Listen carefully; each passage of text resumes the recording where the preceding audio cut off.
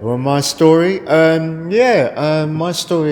that I've been doing art for a very long time since I was a child, and as you can see behind me, this is my artwork. Yes, when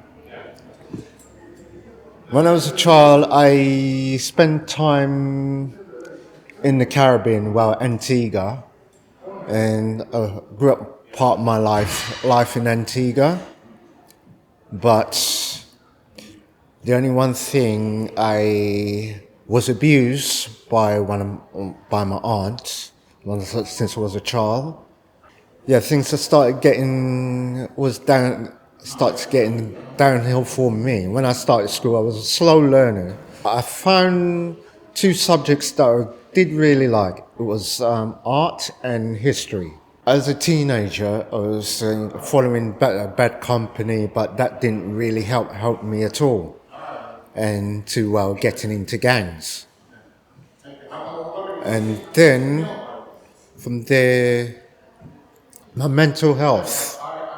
I started drinking, going parties, and so on. And yeah, it was a hell of a time for me.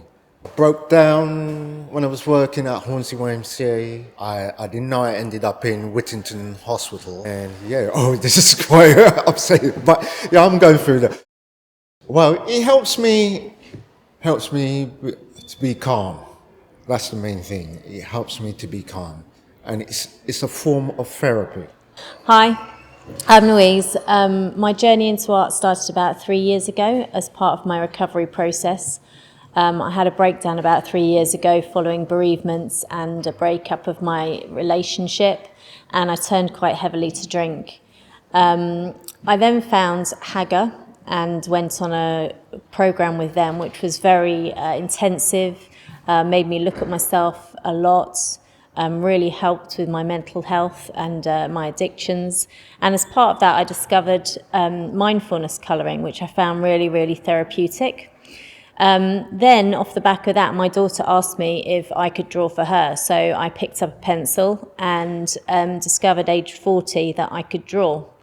And in the 3 years since that, everything has changed. I've moved house, I've got a dog, I've now got a career in art, I've got an Etsy shop, and I'm following really my dreams after 3 years. And I'm back in London, back in Haringey, really as a thank you to Haga and the HRS Haringey Recovery Service, because without them I wouldn't be stood here today. Yeah, I love the new chapter in my life. I really enjoy art still, every aspect of it, and learning every day through art, which, as I said, is brand new to me. My name is Adolphus, and most people call me AD. And on this journey, I basically had a court order from the court, and they told me, in order for you to knock off your community service, you got to do a certain amount of hours. So I had two choices, which was making masks or draw something. I decided to do drawing. And on this journey, I realized I was getting very talented in art, and there was an art group that was trying to create a form, and there was not much people, so I had to make up the numbers. I ended up help form a group that needed therapy and recovery because I was an alcoholic at that time, and I was getting in very, very much of a trouble. And I didn't have no choice because I would have either go back to prison and spend 3.5 months, or I would have either continue community art and get myself clean up. So I decided to clean myself up, and art was the therapy for me at that same time. I'm a recovery artist. I have my own unique style. In the late 80s, I done a BTEC National in General Art and Design. That took me 2 years. Then after that I went on to another course, and I done a higher national diploma in textiles and surface print.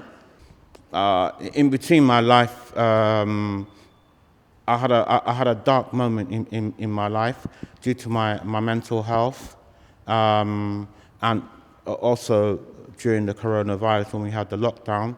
So I was in so much isolation that I started to drink, and it got out of control. Then I spoke to my doctor, and my doctor asked me to come to Haga services.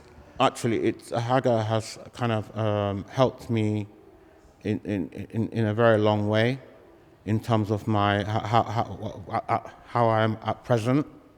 So it's just been I will say it's just been a blessing in disguise, and I feel so grateful that it wasn't just me alone.